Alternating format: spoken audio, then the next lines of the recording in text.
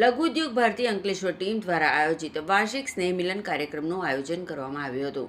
આ પ્રસંગે લઘુ ઉદ્યોગ ભારતીના પૂર્વ રાષ્ટ્રીય અધ્યક્ષ ડોક્ટર બળદેવ પ્રજાપતિ ઉપસ્થિત રહ્યા હતા। આ પ્રસંગે મોટિવેશનલ સ્પીકર અશોક ગુજ્જરે વક્તવ્ય આપ્યું હતું।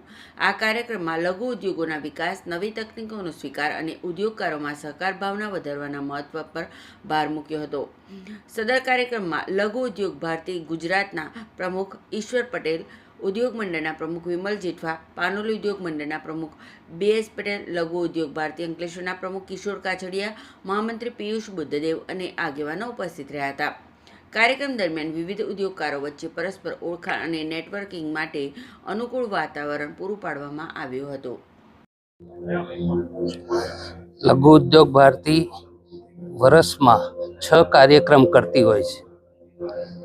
વિશ્વકર્મા ભગવાન દ્વારા ઉદ્યોગો સ્થપાયા હોય એટલે વિશ્વકર્મા જયંતિ ઉજવીએ છીએ।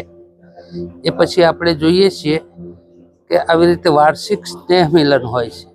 દિવાળી પછી કરતા હોઈએ છીએ, પણ ઘણા વખત લોકો નથી હોતા એટલે આપણે એ ટાઈમ બદલતા હોઈએ છીએ। અને આવી રીતે આજે વાર્ષિક સ્નેહ મિલન માટે લઘુ ઉદ્યોગ ભારતીનો કાર્યક્રમ રાખ્યો છે।